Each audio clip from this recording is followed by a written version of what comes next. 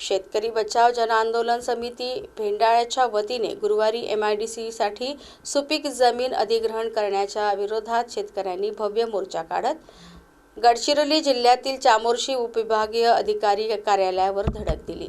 MIDC रद्द करा, सुपीक जमीन वाचवा, शेतजमीन देणार नाही अशा घोषणांनी परिसर दणाणून गेला। आंदोलनकर्त्यांनी प्रशासनाला निवेदन सादर करत शेतकऱ्यांच्या संमतीशिवाय कोणतीही भूसंपादन प्रक्रिया राबवू नये अशी ठाम भूमिका मांडली।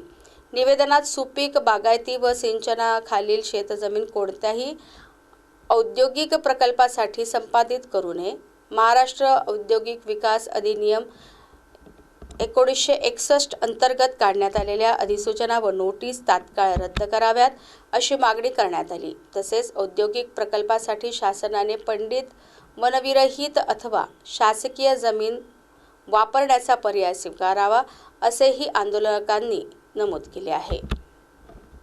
आंदोलनकर्त्यांनी सांगितले की शेती हा परिसरातील नागरिकांचा उदरनिर्वाहाचा मुख्य स्रोत असून जमीन गेल्यास हजारो कुटुंबे बेरोजगार व विस्थापित होतील। त्यामुळे शेतकऱ्यांच्या हक्कावर गदा आणणारे कोणतेही निर्णय शासनाने घेऊ नये अशी मागणी करण्यात आली।